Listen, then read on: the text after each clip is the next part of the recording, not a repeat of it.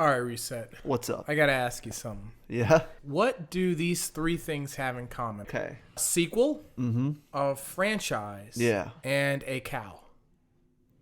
Oh, and a cow? And a cow. Like a spotted, gives me my 2%? Yeah. Man, I have no idea what. They all get milked. You son of a bitch.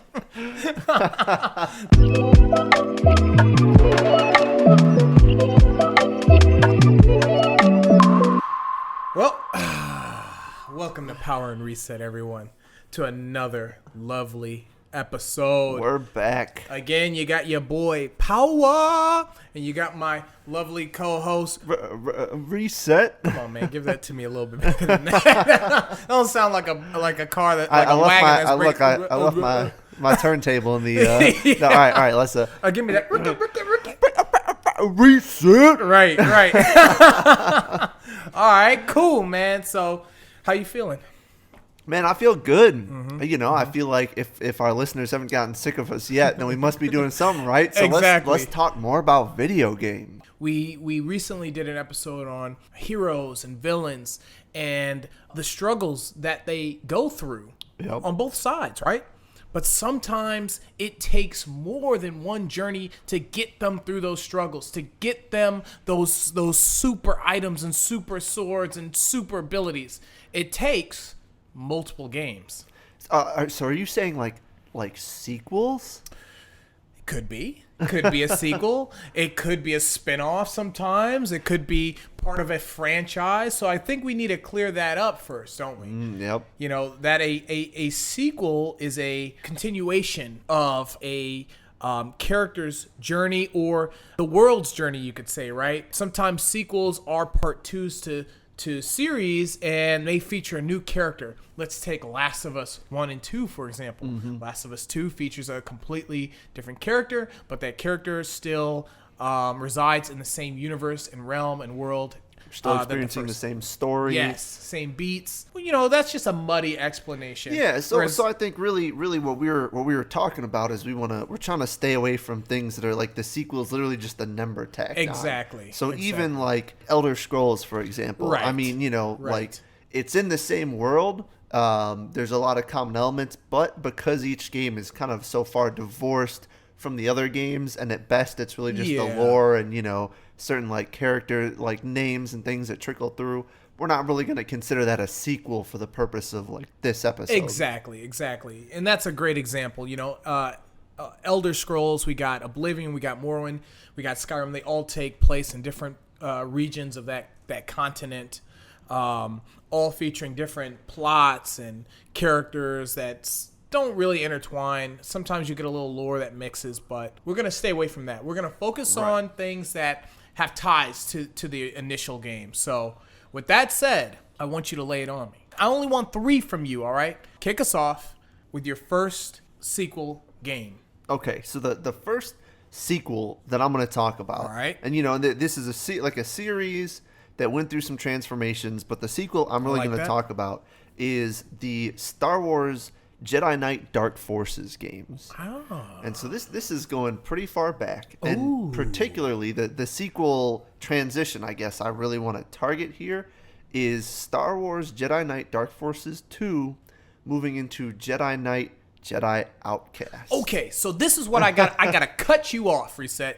Wait a minute here, because I didn't know this franchise was called Dark Forces. I know about Jedi Outcast 1 and 2, and I believe Jedi Academy. Yep. Are those all part of the same franchise here? They are. Yep. What? Okay, yep. I never knew they were called Dark Forces. Knowing where we're at with like Disney buying everything, it's no longer canon, I'm sure, for many years. But this is something now, I came into it at Jedi Outcast. Okay. And so for people who haven't played, Star Wars Jedi Knight Jedi Outcast is an old game that came out on PC, and I think eventually it like came to the consoles. Okay. But it was it's a Star Wars game, and you play as this character Kyle Katarn. Oh, Katarn. And Kyle Katarn. Kyle Katarn. And what a name. He is a Jedi, but some drama has happened, suffice to say, and he's not really kind of and 2 connected to the Order. He's not really using his Jedi powers. Now, Kyle Katarn, he's like an older Jedi, though, correct? He's an older guy. That's cool. Okay. And he's got this partner. And the reason this sequel is so cool is, first of all, it was the entry point for a lot of people. So a lot of people came into this having never played any of the previous games. Me, yeah. Yeah, because why would you? They were pretty old and they're pretty rough now. But the craziest thing about this transition is from the first Dark Forces game into the second, it started as a first-person shooter. And you can think like Doom or like GoldenEye, those very old school first-person shooter games. You had the blaster. You're going around these really like gray, blocky levels, picking up shield power-ups, health, different like ammo. And it was like it was just like all right, this is another Doom ripoff or whatever this is.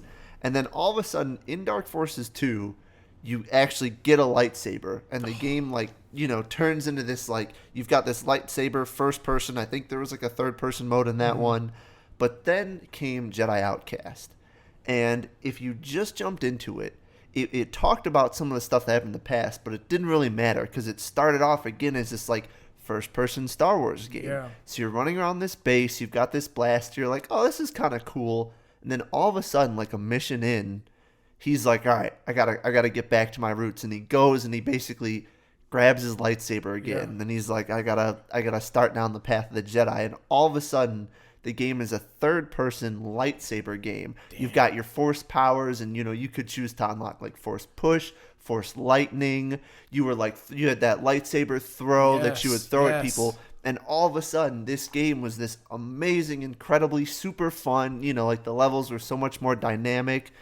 And it spawned an unbelievably fun multiplayer. This I know. Yep. This I recall. Yes. Which was just a whole bunch of people just force jumping around, throwing their lightsabers, just dueling it out. I think, and it was huge. It was like 8-on-8 or something crazy. The matches were unbelievably big for that time period.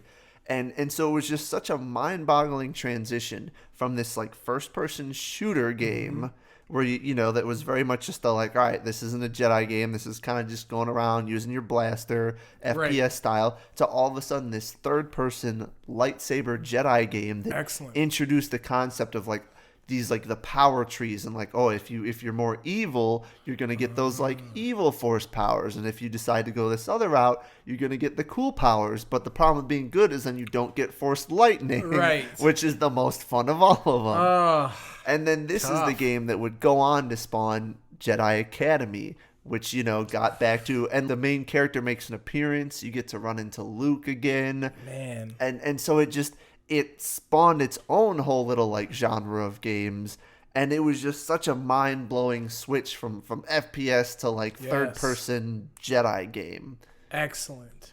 And to me, that is just such a great example of where you really take a sequel to the next level. You're like, okay, we've got these characters, we've done a little bit with it, and then the sequel comes out and it just blows you away. It comes out with all this stuff that you didn't have, and it really kicks it up to the next level. Yeah, the gameplay and the controls are incredible. The way you could jump and fly around and slash your lightsaber and throw it. I mean, it was incredible. The graphics were really good. Awesome franchise. I totally forgot that the first one started as a first-person game. Yeah, it was completely different. Yeah, if you look up, especially I think the first Dark Forces was where it really looked pretty rough. Oof. And then Dark Forces 2, they started to play with it, but it really was Jedi Outcast, where they really found their own with, they were like, oh, okay, we're getting rid of our roots here. We're kind of, I think the first level was almost sort of an homage to the FPS origins of that story, but then they were like, all right, from here on out, you're a Jedi. you could choose to use a blaster, but why would you? Right. It's great when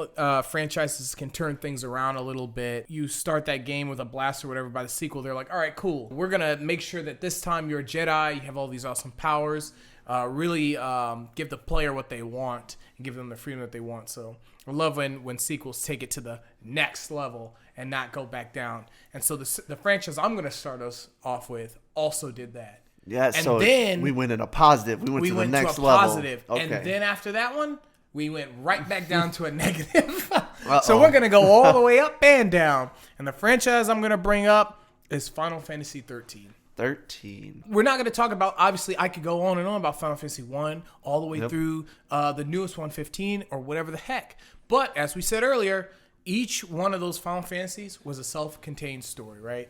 Yeah. Not 13. 13 had 13, 13.2, and 13.3. And each one featured pretty much the same main character. The second one was a little bit different for sure. Featured the main character's little sister. The story and plot still revolved around the same universe, same concepts. The main character from the original game and the third game is still very important to the story. So, Final Fantasy 13, right? When it first came out, I could not stand it. I thought it was terrible. I hated that game. Oh, and you know what? And I gotta say something here too, because I don't know if you remember this. Oh, but I remember. Because this was, in the heyday of Final Fantasy, and I was so excited for this game to come out. And it just so happened that I was going to be in Japan when the demo disc released for the Japanese release before it was even going to come out to the West. With West. Advent Children, right? Yep. Wasn't it something? Yep. It was a like box set. You got the Advent Children like re-release, whatever they did, with the demo disc for 13. And I remember I got that, and I was so excited because I got home and I called you up, and I was like, I have it. I have the demo for Final Fantasy 13. And even though it was all in Japanese and we had no idea what was going on, we popped that sucker in. Yes. And we were both very confused. It's one of those painful things, man, because you go to Japan, you get this demo for this game, the sequel in this franchise you love, and you're stuck in Japan. You don't have your console. So you have to wait until I'd be looking at it in my suitcase. I'd pet it a little. I'd look at the disc, spin it a Lightning bit. looks so great. Oh, this is going to be a great protagonist. And I remember we were sitting in your room, we're throwing it in, we're thinking, oh, here we go. Couldn't understand squat. It was like, wait a minute.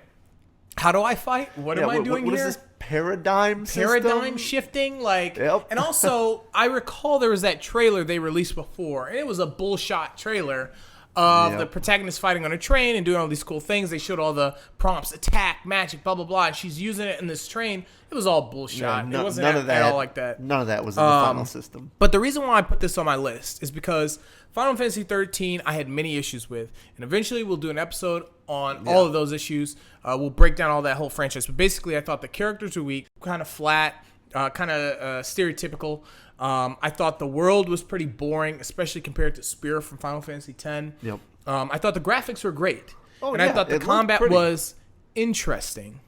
At times, it definitely was. Yes. Like, there were moments where I'd feel like I really was getting a flow, and I was like shifting around. Very rock, paper, scissor-y, and it takes a lot from the player. So, in those older games, you would choose to attack, use your magic, this and that. In this game, you just kind of pick the form that somebody is in. So are they in, I think it was Ravager was like the main one where you would be attacking. Sentinel was like where the character will mainly focus on defense. But you can get to pick the specifics. You know and what I mean? There was even like an auto, like you could pick specifically what you would attack with, the moves. But there was even like an auto button where you would just kind of be like, like here's the mode I'm in. Like I'm in an attack mode or I'm in a break mode. Just like auto kind of do what would be best. Right. So it's like in one hand it was like a new tactical element that really you wanted to be hands-on with. Yes. But then at the exact same time it was taking away stuff from you. It was Absolutely. like, no, just do it for me. Absolutely. And so I had a lot of problems with it. We play Final Fantasy because we want to experience a obviously fantasy world. We want to be able to face monsters as a party that is powerful and interesting, and the characters have depth, and we don't always get that. But with 13 I feel like we completely missed the ball on that one. I mean, don't get me wrong, I know fans of that series will enjoy certain elements of it, but me personally, I just did not like the majority of the character arcs. However, the biggest flack that Final Fantasy 13 takes is the fact that it was very narrow. In any other Final Fantasy game, you are traveling the world and you're finding towns and you're exploring the towns and the characters in those towns, and you've got an event most likely that's going to happen in those towns. Literally, sometimes the town will get obliterated by the time you leave it. Other times, it'll become like a hub that you enjoy and you come back to later on over and over. You talk to people in, or you buy items. You buy items, weapons, whatever. Do quests. In this game, in 13, there was none of that. There was nothing. There was no towns. It was very linear. When the game finally opens up, it's just a big, fat, open world map where you fight monsters, which was lame. Any real fan of Final Fantasy, okay, that's, people might get pissed, but any I would guess standard fan of Final Fantasy Was very upset about that. It was the only game I would say thus far in the entire series to eliminate towns. So Final Fantasy 13-2 comes out. They still really didn't bring towns back. However, they narrowed down the cast to 2 characters. The main character from the first game's younger sister and a newer character they created for this game. The 2 characters, to me, were much better than the cast from the first game because, A, they were more anime. So, you know, I'm always a fan of more anime-esque backstories and characters. Feels like it fits into that like RPG fantasy vibe. The characters had interesting backstories. You have the main character who her sister was this amazing hero from the first game, and she's like, I don't know what happened to her. I believe people didn't remember who she was by that time. And then you've got this other character who just, when you figure out his backstory, spoiler alert, he comes from the end of the world, the end of time almost. And he was able to travel back to before this calamity happens. But in his time, there's a handful of people left, and they literally are banking all the hopes of humanity on him. So he has to go back in time and figure out how to prevent this timeline from happening. So you already have some very interesting things going on right away. The dynamic between the 2 characters is more brother and sister, which I liked. It wasn't that campy romance stuff that you normally get, although maybe there's a little of that sprinkled in. And then, of course, you get the cast from 13 coming back. So the point is, the story was already a little more concrete. It felt a little better to me. Characters, the way they interacted was better. The combat system was very similar, but a more fast-paced. For the most part, you only use those 2 characters. So you were able to focus in on them in terms of combat and story. However, like I said, the other characters rotate in. You can capture monsters in this game, which was a whole new thing, where you would be able to capture a monster and add that monster to your team. So it's a little bit of Pokemon. All that was great. I thought that was really cool. There are towns in this one. So like I said, it's not quite Final Fantasy where you're traveling around a continent and landing in towns. The way you travel in this game is a little bit different. I'm going to touch on that in a second, but there was cities. There were small settlements, and there was a massive futuristic city that you could wander around. People are shopping. You're hitting the districts. It was much more Final Fantasy. It was basically Square Enix saying, you know what, we hear you guys. We're going to give you what you want, and it was awesome. And the best thing about this sequel was it tapped into elements of games like Chrono Trigger. This was a game about timelines.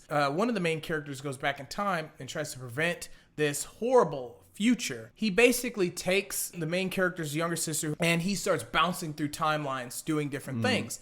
But just like in Avengers Infinity War or whatever, it then basically creates a multiverse. So as you're going through that same town that you're wandering around and seeing all these people shop and do all this stuff, you can go to another multiverse and the town's being ravaged by monsters. And everyone there is being slaughtered. So you get to see all these awesome places, these locations, in different ways, which I thought was awesome. I mean, there's not a lot of games that do that, in my opinion. And also, you get to see different outcomes. So, like, if you go to one place and a monster attacks and kills everyone there, then you go back in time and prevent that from happening. That original timeline's still there, but now you've prevented it, and now there's more to do there, which was really cool. These are all things that we'd never seen out of a Final Fantasy game before, and we're seeing after they botched, their first attempt at this Final Fantasy. So I thought that was just amazing. Then came 13.3. This is the wrap-up of the series. Again, this series is very... the fan base is divided on each one of these games, to be honest. But this one really took us all the way back to the ground, right? So whereas 13 had its problems, I thought 13.2 fixed it. This one I thought railroaded us right into the pavement. I mean, face first, teeth flying out of our mouths, body and bones broke. I mean, it was just like, come on. They basically got rid of all of the party members. So you went from having however many in 13 to 2 to now only 1, which is the main character from the first game. And they put on a timer similar to Majora's Mask, where you only have a certain amount of time to do something. That was interesting, but I didn't think they executed it as well as other games like Majora's Mask or other games that had timelines. But the big issue I had was you only play as Lightning, and the combat system was refined, so it wasn't really about the paradigm shifting. It was about her dresses, like the outfit she had on. Okay, almost a callback to like what Final Fantasy X-2 or something. Exactly. it was strange because certain moves that you liked or certain things, you have to change into a certain outfit to do them. She had a cloud outfit that was like DLC that you could get and all this. It was just very wonky. It felt very campy to me. And some of the ways they treated the characters from the previous games I thought was a little wonky. And lastly, I think it betrayed the core principle of Final Fantasy, more so than almost any other game in the franchise, which is it takes a party to do whatever is necessary to complete the goal in those series. You never, ever have it where a main character does it all by themselves, right? Sure, Cloud beats Sephiroth at the end of Final Fantasy VII in a one-on-one duel. I think Noctis beats Artem, or whatever his name. Yeah. Arden. He beats him in a one-on-one fight at the very end too, I believe. But the party gets them there. The party works. In this game, you're just lightning. You're just going around. It's just like, at this point, she's basically like a demigod, and it just fell flat. So that whole set of sequels, we went up and we went down, and then the series ended, and no one's ever looked back. Roller coaster sequel where Exactly. it starts, you're like, okay. You're excited. Second one comes out, you're like, yes. And then the next one comes out, and we're right back down again. Exactly. But that's interesting, and I mean, I think probably something you only get with an IP as big as Final Fantasy is for Square Enix. But the fact that a game would come out like 13, which was not, I don't think, like overly well received. A lot of people, did have issues with various parts of it. Like you said, so many we could pack them into a whole episode. But then to be like, okay, this is the one we're gonna take and make a sequel of, to kind of try and redeem it or. Which is interesting because you think of the other 12, 7, 8, like these games in the series 6, that people love. They don't have sequels. Nope. I mean, up until now we've got the whole 7 remake going on, but that's its own that's thing. A whole, that's not a sequel. It's a remake, but the fact a that retelling. you'd have a weak one like this, and instead of kind of like, all right, we're just gonna brush that under the rug and move on. It's like, no, we'll give this one a sequel and kind of try and. And, they did a sequel to Final Fantasy X. They tried something there with 10-2. And they kind of botched that one, too. Like, it wasn't... I don't think it was nearly as bad as Final Fantasy 13-3, but Square Enix has a problem with sequels, which is why they should just continuously, do brand new stories every single time. At that number. I like seeing that number. I like Final Fantasy 13, 14, 15. I want to see it keep going to 20. Yeah, but... Give us some standalone stories. Well, and that's a series where most of those games aren't designed in a sequel fashion. Some games from the get-go basically end in a way that says either we get a sequel or you're never going to see the end of this story. Yes. Final Fantasy, typically that's not the case. I mean, it's a complete arc. Yes. And I think that's why they're in such a weird position with sequels often, is because then they're like, okay, we have to continue a story that's done or in a static state, and then we gotta either reboot it or carry it on. And Square Enix is really good about telling complete package stories. This is the last thing I want to say about 13 actually, is that typically in Final Fantasy games, who the villain is, right? Or who I want to say the antagonist is. And so 7 is Sephiroth, 8 is Cypher until it turns into the witch. Yep. 9 is Zidane's brother. But also before that, it's the queen, basically. There's always some villain who you are trying to stop. 10, you got Sin. There's always someone who is the antagonist. But in 13, it's an idea. It's not an idea. It's a sickness. It's like the Lassie. Yeah, it's such a intangible, and it's so hard to explain that in multiple cutscenes they have to kind of try to explain it. It's just too much. But it's in such a roundabout. The exposition is just told in such an ambiguous way that it just comes out as just pointless, But in 13.2, they show you who the villain is going to be for that one, and it's this badass looking Broly mixed with some Final Fantasy character dude who's got a big old Buster Blade. He's your atypical villain for sure. But was he cool? Yes. His who he is, his powers, you don't know his goal, and then you figure out his goal and he becomes even cooler, even though again he's very stereotypical. But you at least get that, And again in 13.3, I don't even remember the villain is like the evil god Chaos or something. I can't remember who it is, but you barely know, and it's still they go back to being ambiguous about it, and it's like, come on, man, like just keep it simple. Like you don't have to get too crazy about it. Even though I appreciate they tried, right, for at least the first two. I think there's a lot of series like that really have that. I mean, especially when it comes to the like sequels, to like games that carry on a story. You know, like when you have a first game, success or flop, and then it comes to a sequel that carries it to that next level, you know, where the sequel really improves. Right. And then it either, like, it's always that interesting thing where I can't even off the top of my head really try and think of like something like a trilogy, like something longer than 2 games that keeps the rise going and stops at the highest point. Yeah. And I feel like inevitably either a series is dragged out too long where it dies, or it just like it doesn't go long enough and you never get the conclusion, or it like falls flat. It's tough. It's a tough road for sequels. Franchises, again, not so much, because you can change it up. You can go from Metal Gear Solid to Metal Gear Rising, and you're a win-win either way. You know, people love Metal Gear Rising. That's a Devil May Cry, like a Platinum Games video game. You know, it's a complete. Whereas Metal Gear is a very slow-paced cinematic video game. Franchises, easy, but sequels, man, you got a lot to prove. Oh yeah, you got to be real careful about that. And I mean, when it comes to that kind of, you know, that arc, and when you start to get in that territory of like, okay, we've had a game, right? Now I've had this next game that's even better, and then what happens after that? I mean, I got to talk about, you know, an infamous sequel series, Halo. Finish this fight. Jesus Christ. What are we going to do? We're going to go finish this fight. Oh, come on, Chief. The fight was finished, Chief. when Halo Infinite comes out, like, who knows? It's going to keep going now. And now they've even gotten to the point where they even split off. They're like, okay, look, the story's going to come out separately than the multiplayer. Like, you know, we're in for a rough ride. When they're not even, they're like, we're going to split the game apart at this point. Right. But, I mean, this is a game, when the original Halo came out, it was such an epic adventure. And the story alone was good. I mean, the multiplayer obviously is what catapulted Halo into what it is. But even just the story, just that, you know, crash landing on Halo and figuring out what the deal was, and all the interesting characters you dealt with, getting to meet the like Master Chief Cortana duo for the first time.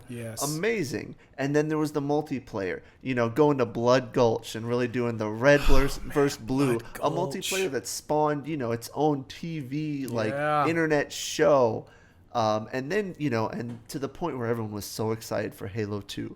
And then Halo 2 came out, and wow, it kept it going. Oh my gosh. It had that epic intro that brought the fight back to Earth with that amazing cutscene of Master Chief, like, basically just falling through the atmosphere on his own, surviving, no problem. And I'm going to, real quick, I just want to interject.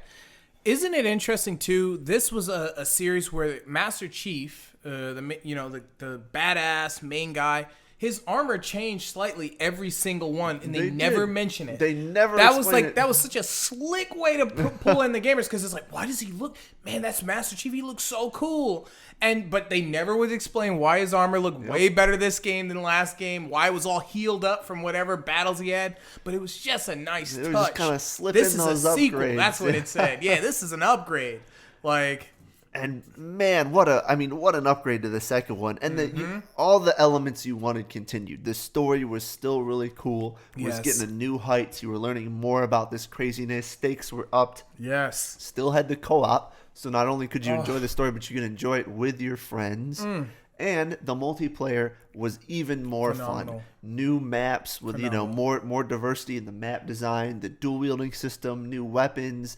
It was just like, it was more of the stuff that made Halo fun. Yes. And we were fortunate enough to even have that point where even in the Halo 3, where I think at this point the story, you know, it's not quite as stellar of a rise. Like the story of Halo 3 is, I think, still a satisfying part of that kind of original art. For sure. Still awesome, you know.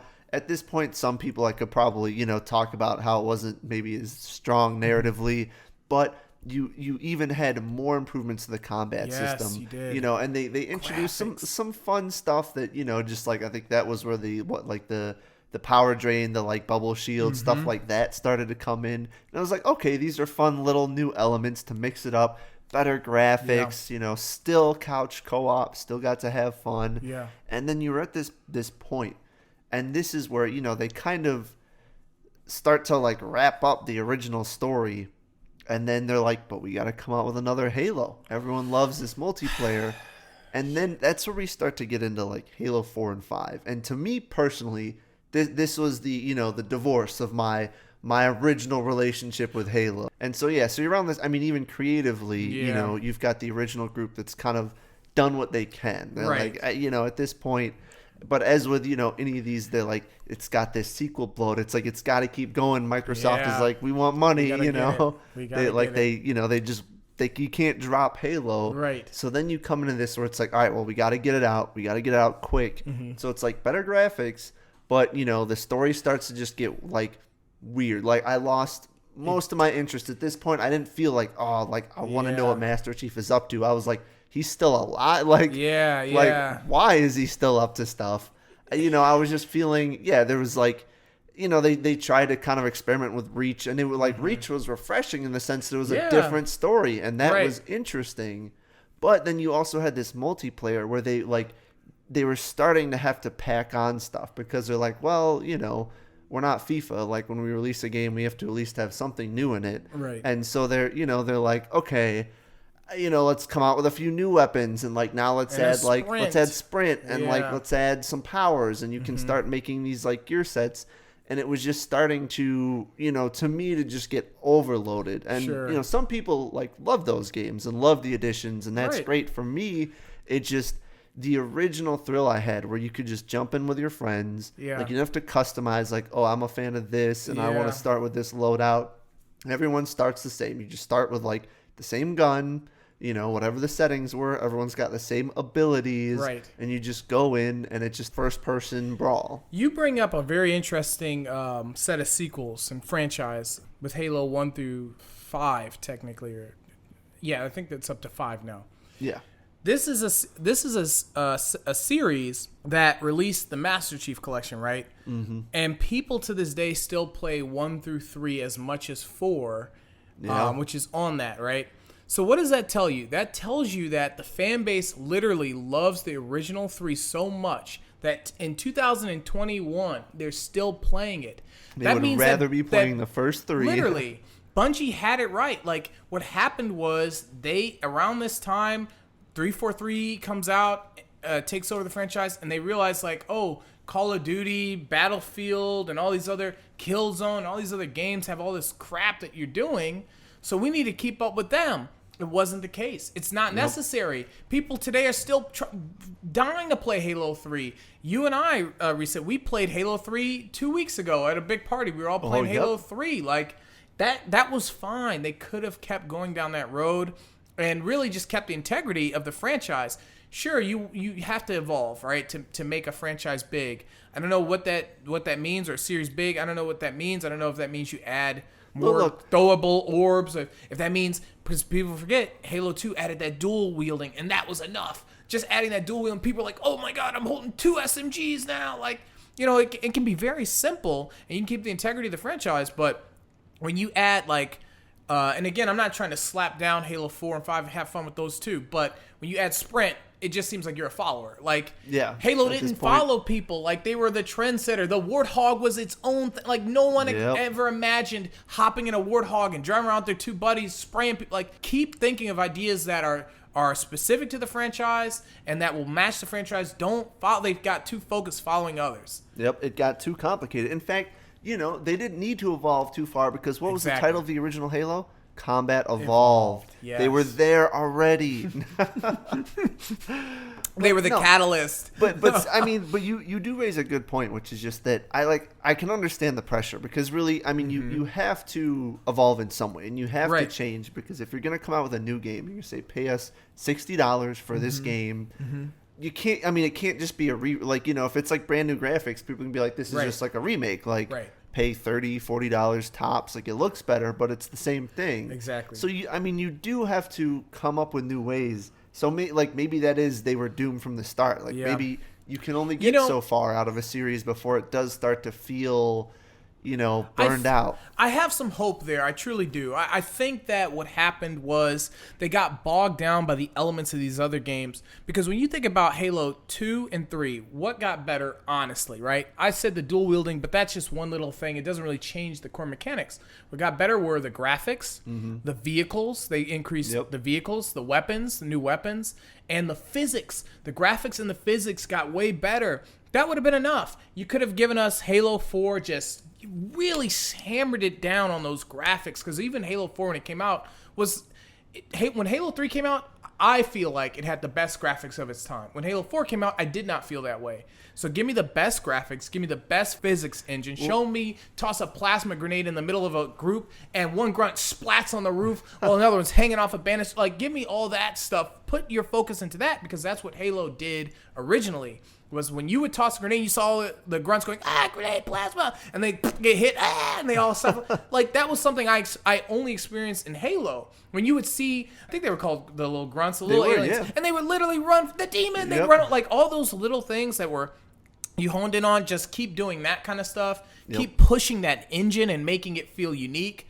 But I feel like in Halo 4, all we got was a sprint and a jetpack and a few, like, nothing else changed. I feel like the animations got worse. And I actually kind of, when I was watching Halo Infinite, I felt the same with that. Like, I want them to just hone in more on what made those first 3 games great in terms of co-op. Yeah. And you know what? That is a good point, because I think one thing I've always considered Bungie good at was their physics. And like, especially as like from 1 to 3, that like original improvement. And I remember starting up Destiny, which is, what like Bungie moved on to, when they kind of divorced from the Halo series.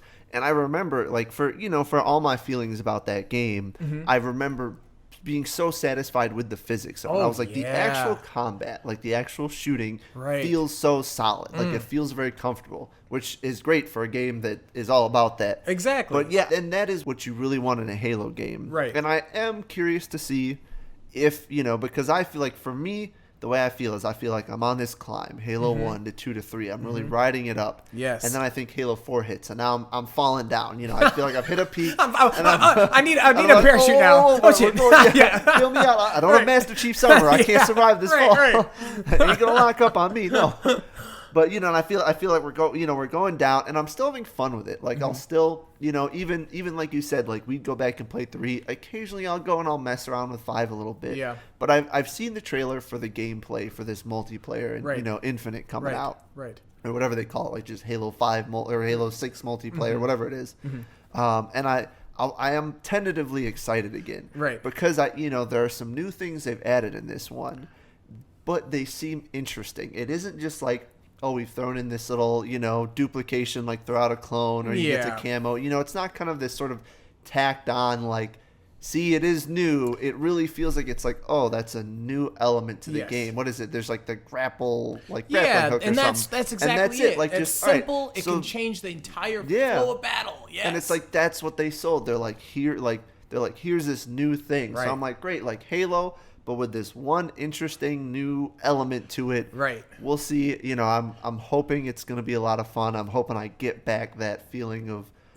Halo that I used to enjoy. Yeah. We'll see. But, again, an interesting sequel series where it really, it really kept climbing. It went in the net, and then it just kind of fell. Halo's a funny one. I mean, and again, 4 and 5 were really freaking fun games. Don't get me wrong. Like, and 5 added Warzone, which was probably my favorite Halo mode of the series. It didn't have. It's funny. It didn't have my favorite gameplay of the series, but it was my favorite mode. It was so epic, right? And I loved that trajectory. Like, let's keep going that way. I don't know. I don't know what you would do with Halo. Like I said, I think you got to focus on the core. Maybe add a destructibility system. You're Master Chief, so you're literally the walking Hulk. So you should, whatever you can do to make the Spartans feel tougher. Yeah, there's a door in your way, knock it down. If it's like an enemy, punch him to space. Like, cooler stuff to do with the actual lore, which is that these Spartans are these super soldiers, instead of copying abilities like. Even the tactical ability that auto aims for 10 seconds that you can activate and has those are more things I would find unique to a Spartan. But I think the Halo franchise has a high ceiling, and I think they can reach it. And one thing you didn't bring up, I mean, you touched on it. The couch co-op was really. Yeah. I mean, so when Halo 3 first came out, I don't know if you remember, but you and I played it all night. I think we even had class the next day because we were kids. But we both got a copy. Yeah. We didn't give a shit. We played and played until we passed out. Couldn't beat it, of course, in one night. But played it, man, because it was like, all right, you got it, I got it. Let's meet up online. We're not even gonna waste our time trying to play through this game by ourselves. Whereas we're just going right in. Yeah, and we were able to link up and play it. Versus like now, it's all online. So yeah, there is no couch co-op. There's no couch co-op. Another reason why people love the Master Chief Collection. Interesting set of sequels. Yeah, man. Interesting set of sequels. My next sequel is a little more simple than that, right? Okay. So back in I think it was 1999, 2000, I picked up a Dreamcast. Okay. Oh, and so by picked up, really I was gifted back, a Dreamcast. Yep. And but you picked it up after you opened the box. Oh yeah, I had to pick it up and actually unwrap that sucker. And one of the first games I was gifted was Sonic Adventure. Oh. So. Sonic, a franchise, obviously, but I'm not going to talk about the original Sonic 1, 2, and 3. Franchise, no. Oh, no. Because we're talking sequels. We're talking about sequels. So, just to make it clear, there was Sonic 1, 2, and 3. They all came out for Sega Genesis. But when the Dreamcast dropped, they changed it to Sonic Adventure. So, a lot of people think this is when the multiverse happened, right? The Sonic multiverse. The Sonic multiverse, which actually is a thing because in Sonic... I think it's Sonic Colors or something, Shattered Dimensions or something. These two Sonics that I'm about to, the first one that I just mentioned and the one from Sonic Adventure actually commingle. So amazing. So there is some type of Sonic multiverse. I don't really understand it or timeline. But anyway, Sonic Adventure comes out. It takes the Sonic franchise from 2D to 3D. Now, again, I'm not going to relate these two because, again, I think Sonic 1 through 3 are their own thing. And actually now there's Sonic 4 that they just made recently. But Sonic Adventure to me was really the one. I had Sonic 1, I had Sonic 2, and I think I had Sonic and Knuckles. And I really liked them. But this Sonic Adventure, I was like, holy crap. I remember going to Best Buy, and there was a line out of the door that led to a Dreamcast kiosk with the Sonic Adventure demo because people were so like, this is Sonic now? This is incredible, blah, blah, blah. And it was only the first level where at one point a killer whale chases you across like a blue bridge or something, and it's just shattering the bridge, and Sonic's just outpacing it like on this bridge. All in gameplay. It was absolutely incredible. Sonic Adventure 1 was kind of a re-energizer for that franchise. Mm-hmm. To this day, people slap Sonic Adventure 1 and 2 down, right? They slap it. They're like, those games are as good. Whatever. I don't care what they're saying, Sam. I don't care. These side-scrolling purists. Don't listen to them, Don't listen to these purists. Don't listen to them. Awesome games at their time. So Sonic Adventure 1 was really cool because you were able to play as multiple characters. So you had Sonic, you had Tails, you had Knuckles, you had Amy, and you had Big the Cat. And I think that was all of them. Each one had their own storyline. So it wasn't like we're playing through the same exact levels. No. We are running around as each character in the main hub. So there was a city, there was a train that would take you to a forest area, there was a beach, there was all these places, a casino, and you can go there as any character you chose. But when you enter those levels, each level type was different. Sonic's was about rushing through the level as fast as you could, getting to the end. Tails, he was slower and he could fly up and down. Knuckles, of course, finding emeralds. Like Big the Cat, fishing. Fucking fishing. Amy was more like beat 'em up style. She had a hammer. She had to make it through these levels. Now I say that, and I love this game, but I would say anybody but Sonic's levels sucked. They were terrible. Amy's, I couldn't stand it. Biggs literally has my hair. I've lost hair because I couldn't catch a damn fish. He's a fishing sucked. mechanic. Knuckles was okay. Tails, who wants to play as Tails? So nevertheless, you had all these story modes. Sonic's levels are incredible. The speed was incredible. I can't believe they even got the frame rate to work as well as it did back then because you're moving through these levels so fast. The music, great. The scores for each track was really good. For Sonic's, I would say. And each character had a different theme. So Sonic's always like kind of the hard rock. Knuckles is a little more like indie rock, I think it was. Everybody had their own theme. So the payoff to this game was after you beat everybody's story complete, you unlocked one last story mode. and that was Super Sonic. Oh. Any fan of Dragon Ball Z probably knows who Super Sonic is because it's literally Super Saiyan Sonic. I mean, his hair spikes up, he goes gold, he flies, he teleports, he hits harder, and so you unlock that to fight a final boss, which was the main villain of this specific game, Chaos. So Chaos worked for the main antagonist of the entire franchise, Dr. Eggman, or Eggman or Dr. Robotnik. And Chaos was basically groomed by Eggman, even though he couldn't control him by the end. By the end, Chaos becomes this god of water, basically. This water dragon deity thing that is just destroying a town. The entire city, I think it's like New York or something, it's supposed to be destroying. And Sonic goes Super Sonic and fights it. And it was awesome. It was just a great way to introduce what you were going to be able to do with the Dreamcast. It was just graphics, speed, a character that you recognize. Power. What a start to a franchise. Then comes Sonic Adventure 2. Now, when Sonic Adventure 2 came out, like I said, the first time I saw Sonic Adventure 1, I saw that line out the back of Best Buy. I saw the kiosk. First time I saw Sonic Adventure 2 was different. I walked into a store. I had no idea it was coming out because I wasn't really that deep into the gaming magazines at that point. I think I knew that it was coming. I just didn't know when it was coming out. I walked to the store. I see this case. And on it is Sonic, and he's doing his pose. And next to him is a dark version of Sonic. Oh, but it ain't like Robo Sonic or whatever, Mecha Sonic. It's this black and red Sonic looking guy. You know it's not Sonic because like this guy looks different. Yeah, totally new color He just scheme. looks like, Sonic's always got this like, let's go. Yeah. And this guy's got this like Vegeta looking thing. Here we go again with Dragon Ball Z. So enter Shadow the Hedgehog. On the cover, Sonic's sitting there with his pose, swirling blue energy. Shadow's sitting there with this pinkish purple energy, just looking like a boss. My heart just in my chest. Dad, I need to get that. So I get Sonic Adventure 2. I get home. I pop it in.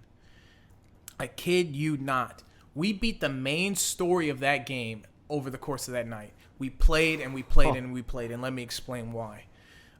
Sonic Adventure 2. So this time, instead of having multiple characters, you're broken down by two story modes, light and dark.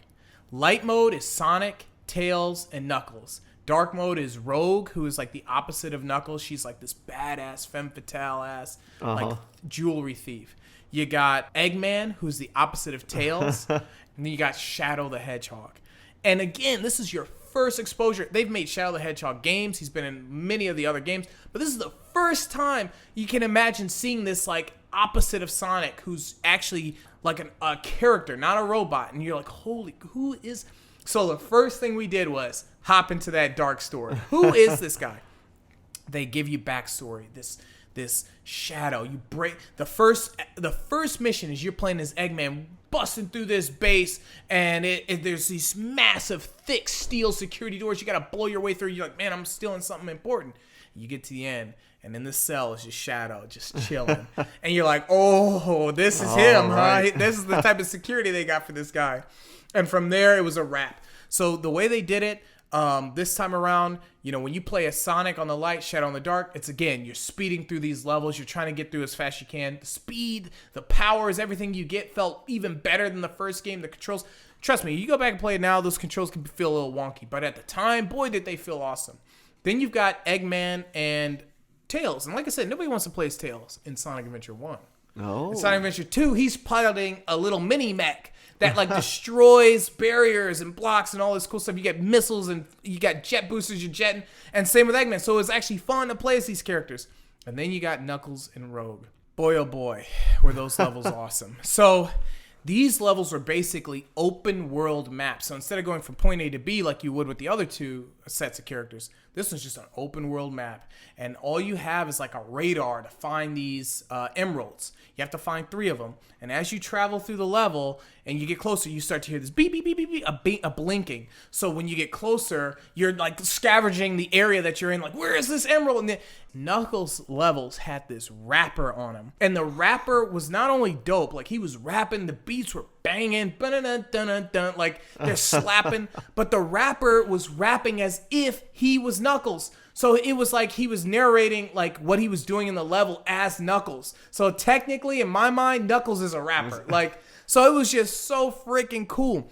The bosses on a whole nother level. Sonic and Shadow at one point meet in this space railroad in like literally a giant long railroad in space. And they it's more like an expressway, sorry, not a railroad. And they literally gun it down this road toward just racing each other, trying to get to the end, but all the while they're also battling. And that's you in gameplay. You both are side by side, just clashing in the air, bouncing into each other, fighting, and it's incredible. Again, once you beat both story modes, you unlock one last story. But this time, it's not just Super Sonic, it's also Super Shadow. So you get to access the power of Super Sonic and this form that Shadow taps into, which makes him into this awesome silver super version of himself. The game was awesome. And again, like they did a bunch of good little neat things. Shadow used skates versus his feet. But so he wasn't technically as fast as Sonic when it came down to like running. He was more of a skater, but he also had like psychic powers that Sonic didn't have. And the power to control the emeralds of the game, which are basically like the Infinity Stones in a weird way, more than Sonic could. So they just did an awesome job. By the end, villains become heroes. Like it just was such a sweet story for the younger audience. Like now, of course, as you play it, it can be campy or whatever. But when you're playing it at that time when it came out, and you were playing it as a younger teen or a kid, like there was nothing like it was. I mean, to this day, that group, we all still talk about how awesome Sonic Adventure 2 was and how much fun it was to get through. So this was a sequel that I think just nailed it. They just did it perfectly. The major difference for our listeners is that they didn't have the open world hub that you would go around to enter levels. And this one, it was level after level after level, which was nice because it kept the pacing going. You know, there was no downtime, no wonky NPCs that just weren't programmed properly. Like kind of streamlined it. Yeah. They like knew where their strength was. They were like, in this one, we've made these levels fun, so we're going to push you right into them. And I dare anyone to go back and play Sonic's first level in that, which is called like Downward City or City Escape, I think. And listen to that, beat that level while listening to that track. That track will stay with you for the rest of your life. That track will stay with. It's this song where it's like running around at the speed of sound. Like it's this fucking rock and roll song. But if you play that level one time, you will never forget that song. It's like mind control. Great sequel, man. Great sequel. There's some really great franchises out there that I feel like really hit their stride, at least for me, in their like spin-off stuff. It's like there's some of them that it's like the thing I was really most interested in wasn't even like the mainline game. It was like the things that came out of that. Right. And one of those for me was Mega Man Battle Network. Okay. Because, kind of like with Sonic, I mean, you had Mega Man. And, the classic Mega Man games, in a similar sense, are these side-scrolling games. You've got Mega Man, you're going through these different levels, getting these power-ups. But then you had the Battle Network series, which was this spin-off series. And even, I think they made a show about it too. But in this, Mega Man was actually like almost kind of like Cortana. It was like a digital like AI persona that was linked with this kid named Lan. I think Lan Hikari. And so in Mega Man Battle Network, you were basically Lan, and you had this thing called a pet. And it was basically like this super smartphone, like that also had your digital persona. In this case, Mega Man on it. It had like your pal on it, almost like Tamagotchi, but to the next level or something. I recall some of this. And so most people had them, and it was Lan, and then it was all his friends, and so a lot of the big like characters in Mega Man, like Roll, like Gutsman, all became sort of like the the AI like pals of their real life personas, and then they're all these kids basically. I think these like middle schoolers, and so in this game. Essentially, you're Lan, and then his dad was basically the one who had developed, this genius scientist who was part of the program that created essentially Mega Man, and that's kind of why your Mega Man is special, is because everyone sort of has one of these little digital persona of like pals, but yours is kind of next level. It's like the prototype, super special one. But you were just this like kid. So most of these games, they would just start up like Battle Network 1 and even Battle Network 2. They would just start up, and it'd be something simple. Like you would kind of learn, like you'd be in your room on your computer, and it'd be like, oh, like Land, the stove's not working. Can you like jack in Mega Man and like delete the viruses? And so that's where you learn about the fact that in this game, there was just this like digital world. So anything that was like connected to the net, anything, like the way we have like our Internet of Things stuff, like, so like your TV, your smart fridge, like you name it, it was all connected to the net. But the net was actually like a virtual world. And so you'd run around in this cool little, this like pixel, like little RPG, 2D, RPG.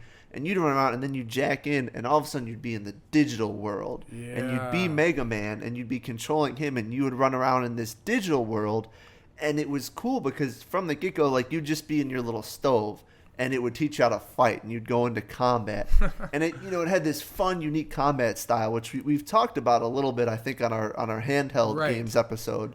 It had this fun combat style, so you'd learn how to play, and then you'd be like, okay, well, I'm going to go, like, what happens if I like try and jack into my computer? And it would just let you, like, it was like an open RPG. So you'd jack in and you'd be in your computer. And so you'd run around and you might like find some cool little items. And then there'd be this wall and you'd be like, whoa, what's that? And you'd try and like go past it.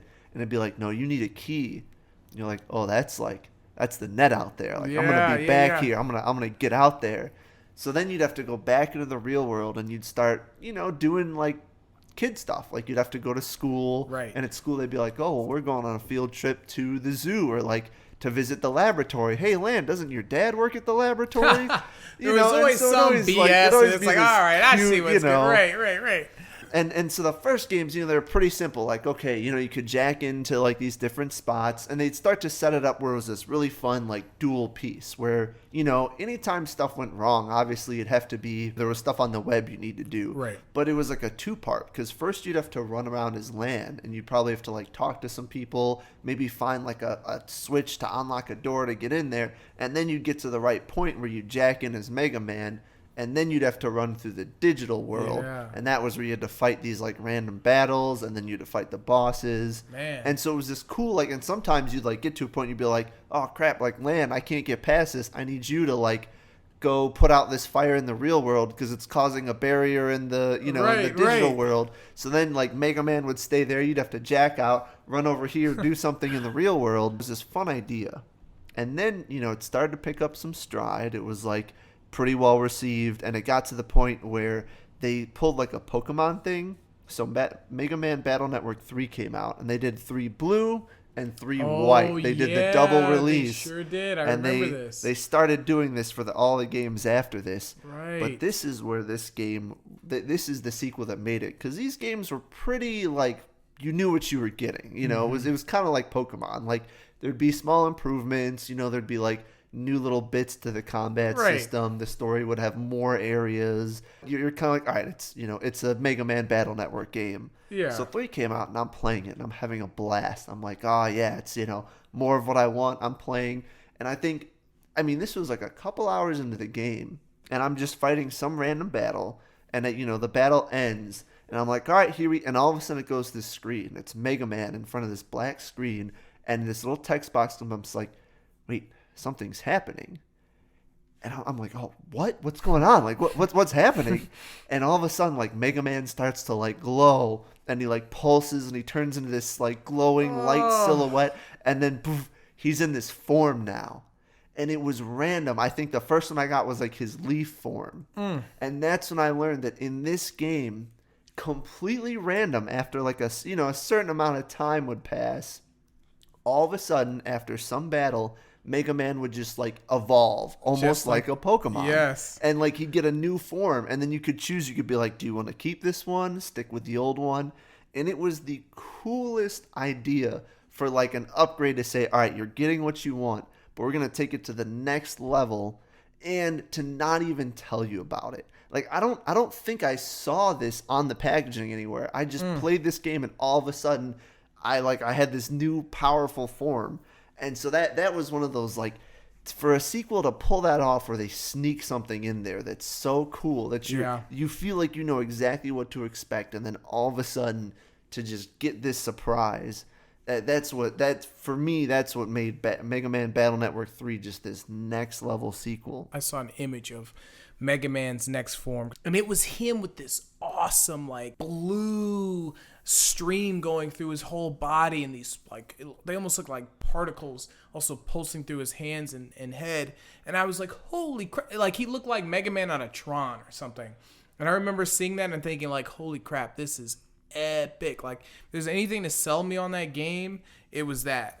Yeah, and then that was a series that they I think they realized that those cool additions were really selling it. The only problem was they ran too far with it. So over the course of the next couple games, they tried to come up with cool new ways to like play with these forms or like add additions. And so, you know, in the later ones, there was different stuff where like once you beat like a boss or something, you could get this thing that would kind of let you fuse with their power, and that's how you would get your like your different forms or your different styles. They did like animal forms and all that stuff by the by the sixth game. That's where they just had these like, it was almost like this like overdrive. Like you'd kind of like, you know, like you'd cut loose, but you turn into this beast, and it was like hard to control, and it just got too complicated and it got too weird, and it was like, okay, now there's just too much going on that I need to track. You know, one of those, once again, just a series that it got too far, and they're like, well, we gotta add something. We gotta keep going. But man, from those like original few to that third game, just that extra addition. And I think you're right. They came. So here's the royal trinity, if you will. I remember Pokemon being one where you ran around, captured Pokemon, and you're right. Like you get to customize which game you bought, red, blue, whatever. Yep. And then there was Yu-Gi-Oh!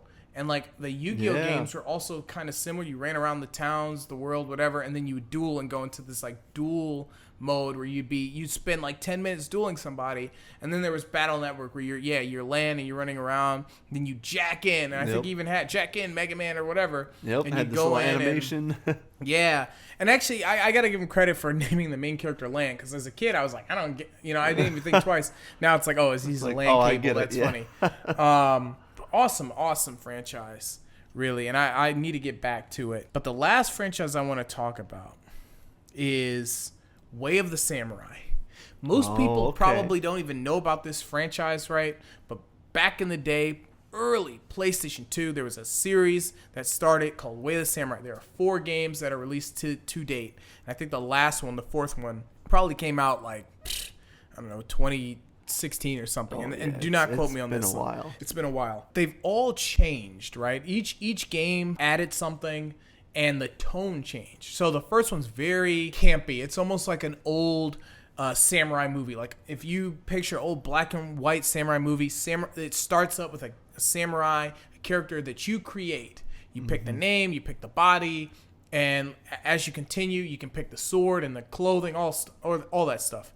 And you wander into this province, and it's a very small one. There's a field. There's like one tiny little piece of town that's got like an inn, some houses, and then there's like these 2 rival like leaders. I don't even want to call, they're not shogunate or anything. They're just like these 2 almost like gang leaders. It's a father and a son actually who are kind of trying to take over this area. All the while, of course, you have the government pushing in. This game takes place towards the end of the samurai era, so there's muskets and stuff like that. So anyway, you wander in. The whole idea is that you are a samurai. You make the choices from the very start of the game. You walk into this area. You're crossing this river bank over a bridge, and there is a girl. This is all gameplay. This girl is running. Help, help, help. She's screaming help, and these thugs are chasing her. All real time. So as you wander across the bridge, it's up to you to say, you can step in front. You could literally just start attacking them. You could try to talk to her. You could try to talk to the people who are chasing her. And, as you do all those options, you'll get all those choices or those responses. So if you talk to her, she might say, help me, help me. If you talk to the guy chasing, they'll say, what do you want? Don't get in our way. Do you want to join us? All sorts of stuff. And the game plays like that. Now, granted, this is again early PS2, so it's very early in this type of free choice based gameplay, but it was amazing. Here comes the sequel, Way of the Samurai 2. Again, you're a wandering samurai, but this time you're more of like a bum. The start of the game is you're basically passing out from exhaustion. I think you're coming from a battle or something like that, and you pass out in this town. And a little girl who is, I believe she's mute, comes and wakes you up and gives you food. Again, though, from the jump, what do you say to this girl? Get away from me, child, or why thank you for this, this ramen or whatever that she gives you. And then you get to go out and kind of do a choose your own adventure. The difference this time is it's in a bigger town. Basically, all the story takes place in this town. If you decide to rob a villager or like a store, they'll remember that. Certain progress carries over into your next playthrough. So there are, I think you can teach the little girl how to write, for example. And if you do, that will change something in the next playthrough. The awesome thing about this series, too, is as you play through each game, whichever one you pick, 1 through 4, you get to carry over all the weapons you got, all the abilities that come with those weapons. You get points that unlock new outfits, so you can come back customized even cooler than the last time, all that kind of stuff.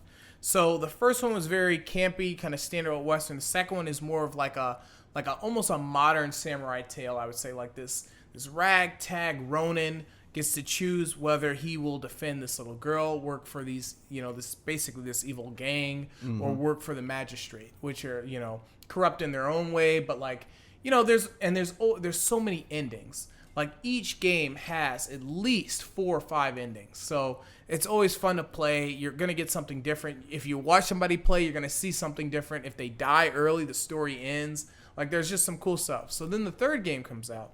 Third game adds this awesome gameplay element, which makes you feel like a monster. Basically, you can activate this mode where you just slaughter all of your enemies. And then by the time you sheath your sword, they all just die. Like some serious samurai movie stuff. Just some cool stuff. The graphics were on another level. The third game came out for PS3.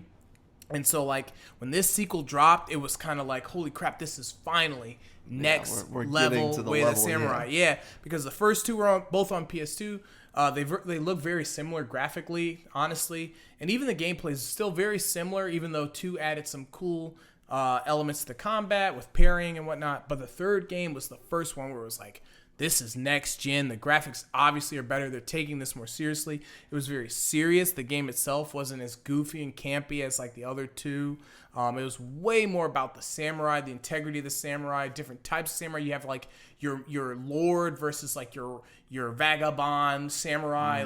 Those were the 2 opposing sides, and it just felt really good. The combat was tight.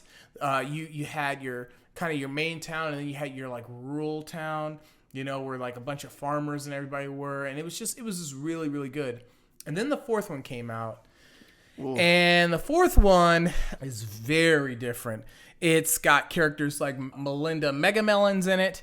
And she is like a British knight with massive titties. Oh, yeah, okay. And you've got... that feels very realistic. You've got these sadistic BDSM sisters who, if you break the law and get captured, will torture you in like a sex dungeon. You've got like an old man who has a dojo, and he'll sell it to you for a ridiculous price. But if you choose to, you can start your own dojo. You've got the Brits coming in, and they're like talking about the Japanese people, and they can't communicate. And if you open up a school, you can teach the Japanese English. So in your next playthrough, everyone understands each other, including the player. So as you can see, it's very different. But the funniest thing is, some of those elements are really cool. Like, some of those ideas are really awesome. Like the idea that like when you first, because you're a Japanese player, like when you create your character, you're Japanese. Mm-hmm. So when these Europeans come and they start talking to you, it's just gibberish. It's blah, blah, blah, blah, blah. And then once you open this school in your whatever playthrough, the next playthrough you actually understand what they're saying, which is really cool. Like there are some cool things in there, but then there's Melinda Megamelons, and it's like, what the hell's going on here? Also, the game just came out hella jank. I mean, there's a lot of bugs, a lot of glitches. The combat feels okay, but it doesn't feel as good as the third one, I would say. way more customization and probably the most weapons in the entire franchise.